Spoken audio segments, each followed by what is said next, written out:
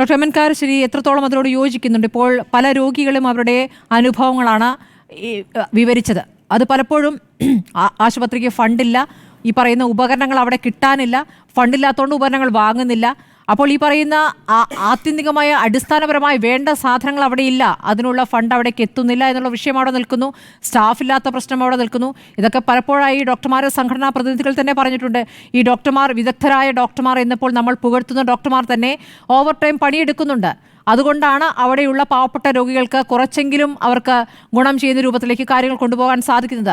അപ്പോൾ ഈ സിസ്റ്റത്തെ തിരുത്താൻ, സിസ്റ്റത്തിന് വേഗം കൂട്ടാൻ, സിസ്റ്റത്തിനെ ഒരു കൃത്യമായ ഒരു ചട്ടക്കൂട് ഉണ്ടാക്കാൻ ആര് പ്രവർത്തിക്കുമെന്നൊരു ചോദ്യം അവിടെ നിൽക്കുകയാണല്ലോ. സ്മൃതി, ഈ സ്വകാര്യ മേഖലയെ സഹായിക്കാനാണ് ഈ വിവാദം ഉണ്ടാക്കിയത് എന്ന് പറയുന്നതോ ആലോചിക്കുന്നതോ ഡോക്ടർ ഹാരിസ് ചെറക്കലിൻ്റെ ആത്മാർത്ഥതയെ ചോദ്യം ചെയ്യലാണ്. അങ്ങേയറ്റത്തെ നന്ദികേടാണത്. കാരണം സ്വകാര്യ മേഖലയിൽ നിന്ന് ഞാൻ കേട്ടത് ശരിയാണെങ്കിൽ അദ്ദേഹം ദുബായിലെ വലിയൊരു ആശുപത്രിയിൽ വലിയ ശമ്പളം വാങ്ങുന്നിടത്ത് അദ്ദേഹം തിരുവനന്തപുരം മെഡിക്കൽ കോളേജിലേക്ക് മടങ്ങി വന്ന ഒരാളാണ്. അദ്ദേഹത്തിന് സ്വകാര്യ ആശുപത്രിയിൽ പോകാമല്ലോ, അദ്ദേഹം ഗംഭീരനായ ഡോക്ടറാണെന്ന് എല്ലാവരും പറയുന്നുണ്ട്. അപ്പോൾ ഇതിനൊരർത്ഥമില്ല ഈ പറയുന്നതിന്. പിന്നെ വിമർശിക്കാൻ പാടില്ല, കാര്യങ്ങൾ തുറന്നു പറയാൻ പാടില്ല എന്ന് പറഞ്ഞാൽ ഇതെങ്ങനെയാണ് അത് തീർക്കുക? ഇതിങ്ങനെ മൂടി വയ്ക്കണം എന്നാണ് ഈ പറയുന്നത്. സിസ്റ്റത്തിന് പുറത്ത് കിടക്കേണ്ടി വരും. അദ്ദേഹത്തിൻ്റെ ആത്മാർത്ഥത കൊണ്ടാണ് എത്രയോ കാലം അദ്ദേഹം ഇങ്ങനെ ജോലി ചെയ്തു. അത് ആക്കിയാൽ വീണ്ടും ആവർത്തിക്കുകയാണ്. നടന്ന് ചെരുപ്പ് തേഞ്ഞു എന്ന് പറഞ്ഞാൽ എത്രയോ ഉന്നത അധികാരികളുടെ അടുത്ത് ചെന്ന് പറഞ്ഞിട്ട് നടന്നില്ല. അപ്പോൾ ഇത് ഒറ്റപ്പെട്ട സംഭവമാണ് എന്ന് പറയുന്നത് അങ്ങേയറ്റത്തെ അവാസ്തവമാണ്. അത് ജനങ്ങളെ നിന്ദിക്കലാണ്. അവരുടെ കഷ്ടപ്പാടുകളെ, അവരുടെ ദുരിതങ്ങളെ, അവരുടെ കഷ്ടാവസ്ഥയെ രാഷ്ട്രീയമായ ആവശ്യത്തിന് വേണ്ടിയിട്ട് മാനിപ്പുലേറ്റ് ചെയ്യാണ്. അങ്ങനെ പറയാൻ പാടില്ല.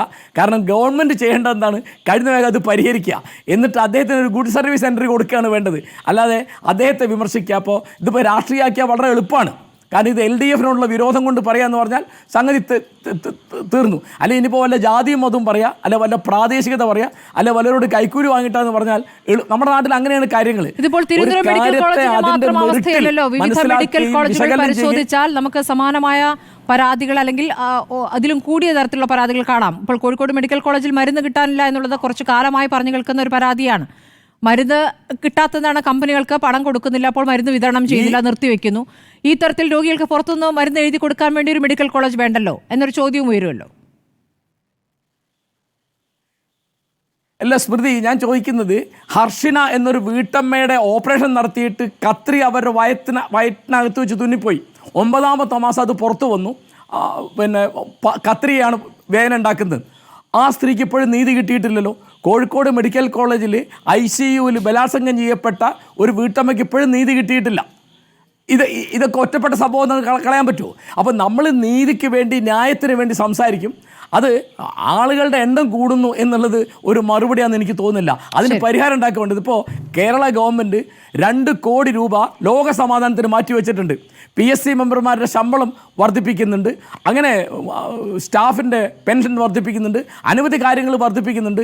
ലക്ഷക്കണക്കിന് ഉറുപ്പ്യ ശമ്പളം കൊടുത്തിട്ട് ഡോക്ടർ KV തോമസിനെ ഡൽഹിയിൽ പ്രതിനിധിയായിട്ട് വെച്ചിട്ടുണ്ട്. അങ്ങനെ അനവധി കാര്യങ്ങളുണ്ട്. സാംസ്കാരിക കോൺഫറൻസിന് വേണ്ടി ലക്ഷക്കണക്കിന് മാറ്റി വെച്ചിട്ടുണ്ട്. ഇതിനേക്കാളൊക്കെ നമ്മുടെ ഗവൺമെൻറ്റിൻ്റെ മുൻഗണനാക്രമം എന്ത് എന്നുള്ളതാണ് അടിസ്ഥാന ചോദ്യം.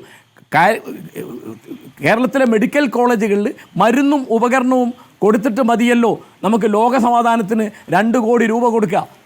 ആ ഒരു കാര്യം മുൻഗണനാക്രമം എന്നുള്ളതാണ് ഏറ്റവും പ്രധാനപ്പെട്ട കാര്യം. അത് ഈ ചർച്ചയിൽ പങ്കെടുക്കുന്ന ഡോക്ടർമാർക്ക് ഞാൻ പറയാതെ തന്നെ അറിയുന്നതാണ്. അവരെന്തുകൊണ്ട് അങ്ങനെ സംസാരിക്കുന്നുള്ളത് എനിക്ക് വാസ്തവത്തിൽ തീരെ മനസ്സിലാവുന്നില്ല. ഞാനൊരു രോഗിയാണ്, ഡോക്ടറല്ല. എൻ്റെ പേരിൻ്റെ മുമ്പിലെ ഡോക്ടർ എന്ന് പറയുന്നത് PhD ഡോക്ടറാണ്. സ്മൃതി ഇങ്ങനെ ഡോക്ടർ എന്ന് പറയുമ്പോൾ ഞാനും ഒരു MBBS ഡോക്ടറാണ് ആളിൽ തെറ്റിദ്ധരിക്കും. ഞാൻ അങ്ങനെയല്ല. എനിക്ക് അതിനെപ്പറ്റി അറിഞ്ഞുകൂടാ. എനിക്ക് ആകെ അറിയുന്ന മനുഷ്യൻ്റെ സംഘടനകളെ പറ്റി മാത്രമാണ്. കോഴിക്കോട് മെഡിക്കലിന് അടുത്ത് അല്ല ഞാൻ പറയുന്നത്. ഈ കൂട്ടത്തിൽ ഡോക്ടർ ഫസൽ ഗഫൂർ എന്ന് പറയും പോലെ, ഡോക്ടർ അനീഷ് എന്ന് പറയും പോലെ, ഡോക്ടർ MN കാരശ്ശേരി എന്ന് പറഞ്ഞാൽ ആൾ തെറ്റിദ്ധരിക്കും, ഇയാൾക്ക് എന്തോ മെഡിക്കൽ ബിരുദമുണ്ട്. അങ്ങനെ ഇല്ല. ഞാൻ പറയുന്നത് ഇത് ജനങ്ങളുടെ സങ്കടങ്ങൾ തീർക്കാനുള്ള ഒരു അവസരമാക്കി എടുക്കാന്നല്ലാതെ ഇതൊരു അഭിമാന പ്രശ്നമായിട്ട് ഇപ്പോൾ അതെന്താണ് അന്വേഷിക്കല്ലോ എന്നുള്ളതാണ് സംശയം.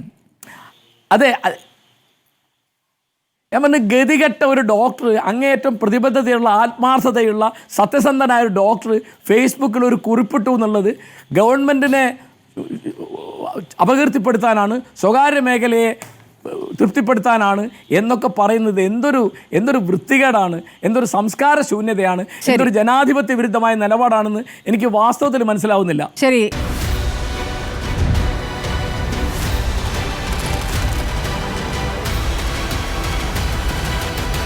ഡിബേറ്റ് വിത്ത് സ്മൃതി പരുത്തിക്കാട്.